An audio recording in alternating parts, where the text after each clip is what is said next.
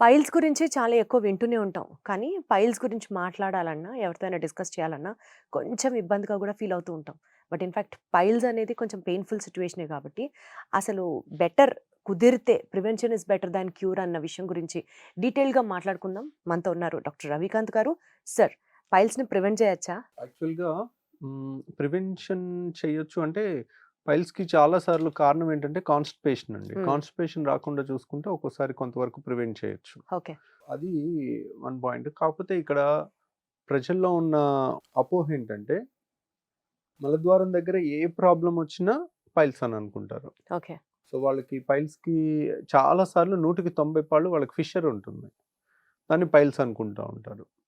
ఒక్కోసారి వాళ్ళకి ఫిస్టులా ఉంటుంది. ఫిస్టులా అంటే లూటి. దాన్ని పైల్స్ అనుకుంటా ఉంటారు. అట్లా. సో, ఇప్పుడు పైల్స్ గురించి మనం డిస్కస్ చేసుకుందాం.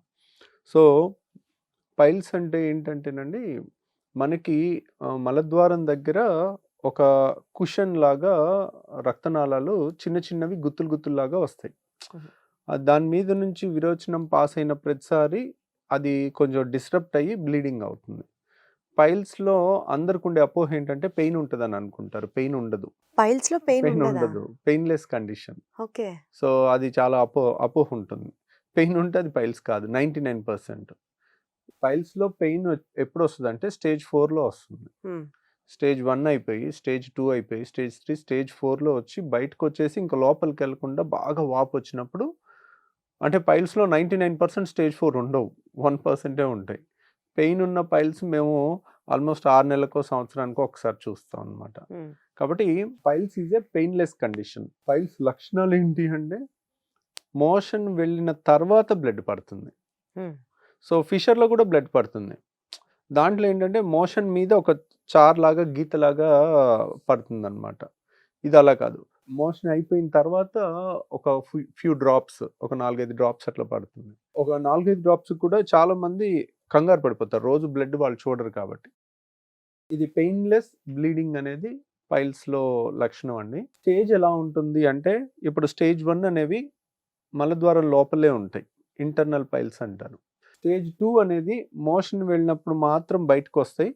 మళ్ళీ మోషన్ వెళ్ళిపోయిన తర్వాత మళ్ళీ దానంతట అదే లోపలికెళ్ళిపోతాయి.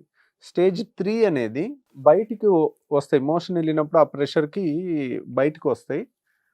ప్లస్ వాళ్ళు మోషన్ వెళ్ళిపోయిన తర్వాత ఆ బయటకున్న దాన్ని వాళ్ళే లోపలికి నెట్టేసుకుంటే వెళ్ళిపోతుంది. స్టేజ్ 4 అంటే ఇంకా బయటకొచ్చి ఇంకా లోపలికెళ్ళవన్నమాట. ఇట్లా 4 స్టేజ్‌ల కింద ఉంటుంది. స్టేజ్ 1, స్టేజ్ 2 వరకు ఆపరేషన్ లేకుండా రబ్బర్ బ్యాండ్‌తోనే ట్రీట్ చేసేయొచ్చు. హ్మ్. అంటే ఏం లేదు. దాని మీద ఒక రబ్బర్ బ్యాండ్ లాంటిదేస్తే ఆ రక్తనాళాలన్నీ గుత్తుల్లాగా ఉన్నయన్నీ ముడుచుకుపోయి కుంచించుకుపోతాయి. ఆపరేషన్ ఉండదు, నొప్పుండదు. సో, ఇది ఇంటర్నల్ పైల్స్. అంటే పైల్స్ అంటే 90% మలద్వారం లోపలుంటాయి. అంటే వితిన్ 4 సెంటీమీటర్ ఇంత దూరం లోపులోనే ఉంటాయన్నమాట. ఎక్స్‌టర్నల్ పైల్స్ అని చాలా మందికి మలద్వారం దగ్గర స్కిన్ ట్యాగ్స్ ఉంటాయి. దాన్ని పైల్స్ అనుకుంటారు. అది తప్పు. అది పైల్స్ కాదు. స్కిన్ ట్యాగ్స్ అంటే ఒక పులిపిరిలాగా వచ్చినా దాన్ని పైల్స్ అనుకుంటారు. అది కూడా కాదు. స్కిన్ ట్యాగ్ అంటే మనకి స్కిన్ బయట నుంచే వస్తుంది గదా సార్? అవును.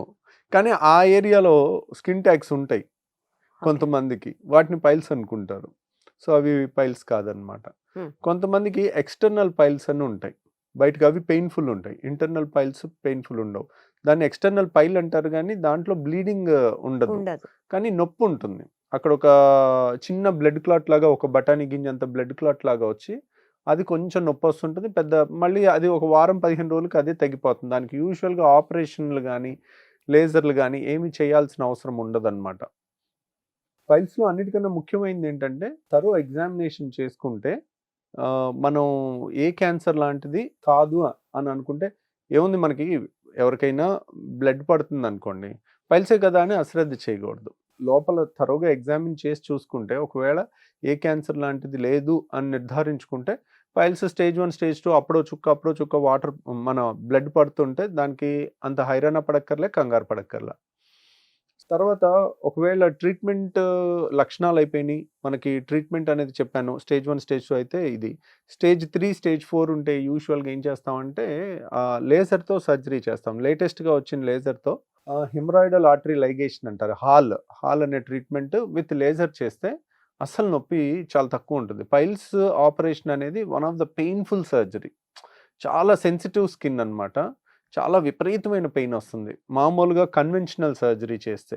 హ్మ్. కన్వెన్షనల్ ఎందుకనంటే మనకి ఇక్కడ దెబ్బ తగిలి కొంచెం ఇక్కడ ఏదన్నా మనం గాయమైంది అనుకోండి అంత నొప్పి రాదు. అదే మలద్వారం దగ్గర క్లీన్గా ఉండదు కాబట్టి అక్కడ బ్యాక్టీరియా ఎక్కువ ఉంటాయి కాబట్టి అక్కడ ఇన్ఫెక్షన్స్ వచ్చే అవకాశం ఎక్కువ ఉంటుంది. Plus pressure high pressure zone లాగా ఉంటుంది. అంటే ఒక విరోచనం బయటికి రాకుండా కంట్రోల్ ఉండటానికి ఒక కండరం గట్టిగా స్పింక్టర్ అంటారు, అది టైట్గా ఉంటుంది. అది ఓన్లీ మలం వచ్చే టైంలోనే రిలాక్స్ అవుతుంది. ఒకసారి కాన్స్టిపేషన్ నుండి గట్టిగా వచ్చినప్పుడు ఈ రిలాక్స్ అయ్యే రాపిడికి అవి రాసుకుని ఆపరేషన్ అయిన దగ్గర రాపిడి అయ్యి గాయం అయ్యి అక్కడంతా బ్యాక్టీరియా ఉంటే నొప్పి ఎక్కువ వస్తుంది అనమాట. ఇప్పుడు వచ్చిన లేటెస్ట్ ట్రీట్మెంట్లు ఏంటంటే నొప్పి లేకుండా పైల్స్ ఆపరేషన్ చేసుకోవచ్చు. దాంట్లో ఏంటి హెమరాయిడల్ ఆర్టరీ లైగేషన్ అని చెప్పి దీన్ని మొత్తం పైల్స్ మొత్తం ఒకప్పుడు కట్ చేసి తీసేసేవాళ్ళు. అది ఓల్డ్ ట్రీట్మెంట్ అనమాట. దానివల్ల చాలా పెయిన్ ఎక్కువ ఉండేది, చాలా సైడ్ ఎఫెక్ట్స్ ఎక్కువ ఉండేవి. ఇప్పుడు లేజర్తో లోపల నుంచి సన్న కోత లేకుండా లేజర్తో ట్రీట్ చేస్తే కనుక నొప్పి చాలా తక్కువ ఉంటుంది, రికవరీ బాగుంటుంది, ఇన్ఫెక్షన్స్ తక్కువ ఉంటాయి. సో అది ఒకటి లేటెస్ట్ డెవలప్మెంట్ అనమాట. సో బేసికల్గా ఫైబర్ ఫుడ్స్ తీసుకోవడం వల్ల కాన్స్టిపేషన్ని ప్రివెంట్ చేస్తే పైల్స్ని కూడా ప్రివెంట్ చేసినట్లే అవుతుందా సార్? అవుతుందండి. అంటే మన పైల్స్ ట్రీట్మెంట్లో majority diet changes constipation prevention చేసుకుంటే మనకి అవి కూడా స్టేజ్ 1లో ఉన్నాయి, స్టేజ్ 2 అవ్వకుండా, స్టేజ్ 2 స్టేజ్ 3 అవ్వకుండా ప్రోగ్రెస్ అవ్వకుండా ఉంటుంది. అంటే దానికి కూడా మనకి స్కాన్స్ ఉంటాయా అయితే? దానికి స్కాన్స్ ఉండవండి, ఎగ్జామినేషన్ ఉంటుంది. అంటే మనం అక్కడ ఒక కెమెరాతో చూస్తే క్లియర్గా తెలుస్తుంది అనమాట. దాన్ని ప్రాక్టోస్కోపీ లేదంటే రెక్టోస్కోపీ అంటారు. కొంతమందికి ఏంటంటే బ్లడ్ పడుతుంది, విరోచనం అయిపోయిన తర్వాత బ్లడ్ పడితే పైల్స్, విరోచనం బ్లడ్తో మిక్స్ అయ్యి వస్తుంది. ఎగ్జాక్ట్లీ అదే నెక్స్ట్ అడగబోతున్నాను. విరోచనము బ్లడ్ మిక్స్ అయ్యి వచ్చింది అనుకోండి, ఆ మలద్వారం దగ్గర కాకుండా పైన పెద్ద పేగులో ప్రాబ్లం ఉన్నట్టు. పెద్ద పేగులో ఇన్ఫ్లమేటరీ బౌల్ డిసీజ్ అని ఉంటుంది, ఐబిడి, అల్సరేటివ్ కోలైటిస్ అని కానీ, క్రాన్స్ డిసీజ్ అనే దాంట్లో కానీ ఇలా బ్లడ్ మోషన్ మిక్స్ అయ్యి వస్తుంది. లేదంటే ఒక్కోసారి క్యాన్సర్లో కూడా బ్లడ్ మోషన్ మిక్స్ అయ్యి రావచ్చు, కొంచెం పైన నుంచి వస్తుంది. సో ఇలా మిక్స్ అయ్యి వచ్చినప్పుడు ఏంటంటే మనం కొలనోస్కోపీ కానీ సిగ్మాయిడోస్కోపీ కానీ అనే చూసుకోవాలి. దాంట్లో ఏంటి మలద్వారం దగ్గర నుంచి కొలనోస్కోపీ అంటే ఒక కెమెరా లాంటిది ఉంటుంది, పెద్ద పైప్ ఉంటుంది, మొత్తం పెద్ద పేగు అంతా చూడొచ్చు అనమాట. ఎండోస్కోపీ నోటి ద్వారా ఎలా చేస్తామో అలాగే కొలనోస్కోపీ అనేది ఉంటుందన్నమాట. దాంట్లో మనకి వేరే అల్సరేటివ్ కోలైటిస్ ఉందా, క్రాన్స్ ఉందా, లేకపోతే ఇంకేమైనా క్యాన్సర్స్ ఉన్నాయా, ఇవన్నీ కూడా కనపడతాయి. సో ఇప్పుడు మనం ఫైబర్ ఫుడ్ తీసుకొని దీన్ని ప్రివెంట్ చేయొచ్చు అండ్ గ్రేడ్ వైజ్ అనేది ఎగ్జామినేషన్ ద్వారా అర్థమవుతుంది. తెలుస్తుంది. దీనికి సెపరేట్ మళ్ళీ సిటీ స్కాన్లో అట్లా ఏమి ఉండవండి. దీనికి సిగ్మాయిడోస్కోపీ, కొలనోస్కోపీ, ప్రాక్టోస్కోపీ అంతే. ప్రాక్టోస్కోపీ అంటే ఎన్ని నిమిషాల్లో అయిపోతుంది, కింద 5 సెంటీమీటర్ 10 సెంటీమీటర్ కనపడుతుంది. సిగ్మాయిడోస్కోపీ అంటే 25-30 సెంటీమీటర్స్ వరకు చూస్తారు. కొలనోస్కోపీ అంటే 100 సెంటీమీటర్స్ చూస్తారు అనమాట. బేసికల్ గా పైల్స్ ఒకసారి పేషెంట్కి వస్తే మళ్ళీ ఎంత ఫ్రీక్వెంట్ గా రికరెన్స్ ఉంటుంది? ఇంకా వాళ్ళు మేనేజ్ చేసుకోగలిగితే డైట్, దాంతో చాలా మంది కంఫర్టబుల్ గా ఏ ఇబ్బంది లేకుండా సంవత్సరాలు కూడా గడిపేయచ్చండి. స్టేజ్ 1 స్టేజ్ 2 ఉంటుంది, అప్పుడప్పుడు బ్లడ్ అవుతుంది, ఏదన్నా వాళ్ళకి పడని ఫుడ్ తిన్నా, నాన్ వెజ్ లాంటిది ఎక్కువ తిన్నా, కాన్స్టిపేషన్ ఎక్కువైనా ఆ టైంలో మళ్ళీ 1-2 రోజులు ఒక 2 చుక్కలు బ్లడ్ పడుతుంది, మళ్ళీ నార్మల్ అయిపోతుంది. సో అలా స్టేజ్ 1 స్టేజ్ 2కి ఈ డైట్తోనే చాలా వరకు కవర్ చేసుకోవచ్చండి. ఇంకా ఫ్రీక్వెంట్గా పడుతున్నా కొంతమందికి ఎంత భయంకరంగా బ్లడ్ పోతుందంటే రక్తం 5 గ్రాములకి 4 గ్రాములకి పడిపోతుంది. అయ్యో, అంత సీరియస్గా వస్తుంది. వాళ్ళకి ఇంకా వెంటనే మనం లేజర్ సర్జరీ లాగా చేసుకుంటే హెమరాయిడల్ ఆర్టరీ లైగేషన్ అనేది చాలా పెయిన్లెస్గా ఉంటుంది. ఈ సర్జరీ చేసుకుని దాంతోపాటు లేజర్ చేస్తే రిజల్ట్ చాలా బాగుంటుంది. సో పైల్ సర్జరీ చాలామంది ఏంటంటే క్వాక్స్ దగ్గరికి వెళ్తారండి. కొంతమంది ఏంటంటే ఏ సర్జరీ అయినా కానీ సర్జరీ అనేది చాలా, చెప్పాను కదా నేను ఫస్ట్ నుంచి చెప్తానే ఉన్నాను, దీంట్లో క్వాలిఫికేషన్ ఒక్కటే ఇంపార్టెంట్ కాదు, దాంట్లో క్యాలిబర్ కూడా ఇంపార్టెంట్ అనమాట. సో నా దగ్గర లాస్ట్ ఇయర్ 2 పేషెంట్లు వచ్చారు. 2 పేషెంట్లకి బయట పైల్ సర్జరీ అయింది. పైల్ సర్జరీలో ఏంటంటే పాత మెథడ్లో పైల్స్ యాక్చువల్గా పైల్స్ 3 చోట్ల వస్తాయి, 3 o'clock, 7 o'clock అండ్ 11 o'clock అంటారు. అంటే మనం ఒక గడియారం లాగా చూసుకున్నట్టయితే మలద్వారాన్ని 3 o'clock అక్కడ వస్తుంది, 7 o'clock వస్తుంది, 11 o'clock వస్తుంది. చాలా మందికి ఏదో ఒక్కటే స్టేజ్ 3 అలా ఉంటుంది, మిగిలిన స్టేజ్ 2 అట్లా ఉంటాయి. మరీ బ్యాడ్గా ఉంటే 3 ఉండొచ్చు. సో ప్రతి చోట ఆ పైల్ మాస్ అంతా తీసేస్తే మలద్వారం చిన్నదైపోతుంది. ఇప్పుడు ఇంత మలద్వారం ఉందనుకోండి, ఇక్కడ 3 o'clock ఉంది, ఇదంతా తీసేశారు, ఇదంతా తీసేశారు. 7:00 తీసేశారు, 9:00 తీసేశారు. అప్పుడేమైంది అక్కడంతా రా ఏరియా ఉంది. రా ఏరియా అయినప్పుడు ఏంటి స్కార్ టిష్యూ వచ్చి కంట్రాక్ట్ అవుతుంది. వాళ్ళకి కంప్లీట్‌గా మూసుకుపోయింది. అంటే వాళ్ళకి ఒక పెన్సిల్ గూడా లోపలికి పట్టనంత అంటే ఓవర్‌గా సర్జరీ జరగటం వల్ల గానీ, మెచ్యూర్ పీపుల్ చేయటం గానీ, లెస్ క్యాలిబర్ పీపుల్ చేయటం గానీ, ఏముందిలే అని సర్జరీని వదిలేసుకోవటానికి లేదు. మెడిసిన్ ఏది వాడినా ఏం పర్వాలేదు. సర్జరీలో మాత్రం లైఫ్‌లో ఒకేసారి జరగాలి. 100%కి స్కిల్ ఉన్న వాళ్ళదే చేయాలి. 99.9% యాక్యురసీతో జరగాలి. ఇప్పుడు నేను 51 మార్క్స్ వచ్చి పాస్ అయ్యాను అంటే అసలు అంటే అవ్వదు అది. కుదరదు సర్జరీలో. వాళ్ళ లైఫ్‌లే నాశనం అయిపోతాయి. సో, ఆ పేషెంట్‌కి ఇప్పుడు ఏమైంది మొత్తం మూసుకుపోయింది. ఇప్పుడు తనకి మోషన్ రావటమే ఆగిపోయింది. హ్మ్. రోజు 2, 3 గంటలు ముక్కితే గానీ పెన్సిల్ అంత సన్న దారొస్తుంది. హ్మ్. సో, ఓవర్‌గా చేయటం వల్ల. ఇప్పుడు అదే మన ఈ హెమరాయిడ్ దాన్ని మళ్ళీ ఆర్టరీ రివర్స్ చేయొచ్చా సార్? చాలా కష్టం. ఎందుకంటే ఒక స్కార్ టిష్యూని అక్కడ మనం దాన్ని మొత్తం రివైవ్ చేయటం అనేది ప్లస్ మనం ఏ ఆపరేషన్ చేసినా దాని మీద నుంచి ఇదేనండి prevention is better than cure అనేది. చాలా మంది ఏంటంటే ఓవర్‌గా కొన్ని చేసినప్పుడు దాన్ని అండూ చేయటం చాలా కష్టం.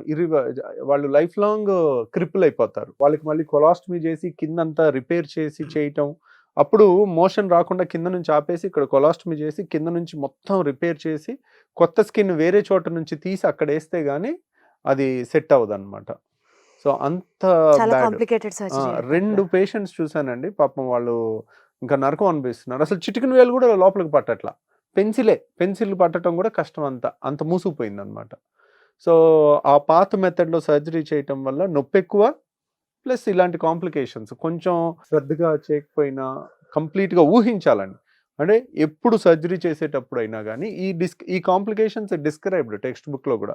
మీరు కొంచెం జాగ్రత్తగా లేకుండా ఇలా చేస్తే ఇలా కంప్లీట్‌గా మూసుకుపోవచ్చు అనేది కూడా డిస్క్రైబ్డ్. కాబట్టి మనం ఎప్పుడు కాంప్లికేషన్‌ని మనసులో ఆలోచించి ఓహో! ఇలాంటిది మన పేషెంట్ రాకూడదు. ఏమేం జాగ్రత్తలు తీసుకోవాలని అనుకుంటూ చేస్తుంటే ఎవ్రీ స్టెప్‌లో అండ్ లేటెస్ట్‌గా వచ్చిన టెక్నాలజీస్‌ని గానీ, లేటెస్ట్ టెక్నిక్స్‌ని గానీ ఎప్పటికప్పుడు ఫాలో అవుతుంటే హెమరాయిడల్ ఆర్టరీ లైగేషన్ అనేది మేము చదువుకున్నప్పుడు లేదు. ఇప్పుడొచ్చింది. సో, దాంట్లో పెయిన్ లేకుండా ఎంత బాగా అసలు మనం ఏమి బయటికి తీయకుండా అయిపోతుంది. కాబట్టి స్టెనోసిస్ వచ్చే అవకాశం మూసుకుపోవటం అనేది లేదు. సో, అట్లా మనం అప్డేట్ అవుతూ లేటెస్ట్ థింగ్స్ అన్నీ కూడా ఇన్కార్పొరేట్ చేసుకుంటే పేషెంట్‌కి కంఫర్ట్ పెరుగుతుందన్నమాట. సో, బేసికల్‌గా కాన్‌స్టిపేషన్‌కి నివారించడానికి తీసుకోవాల్సిన జాగ్రత్తలు తీసుకుంటూ అండ్ ఆబ్వియస్‌లీ సర్జరీ దాకా వెళ్ళాల్సొస్తే మళ్ళీ ఒక మంచి డాక్టర్, స్కిల్, ఎక్స్‌పర్టీస్ ఉన్న డాక్టర్‌ని సెలెక్ట్ చేసుకోవడం is always ideal. Got it sir. Thank you so much. ఓకేనండి.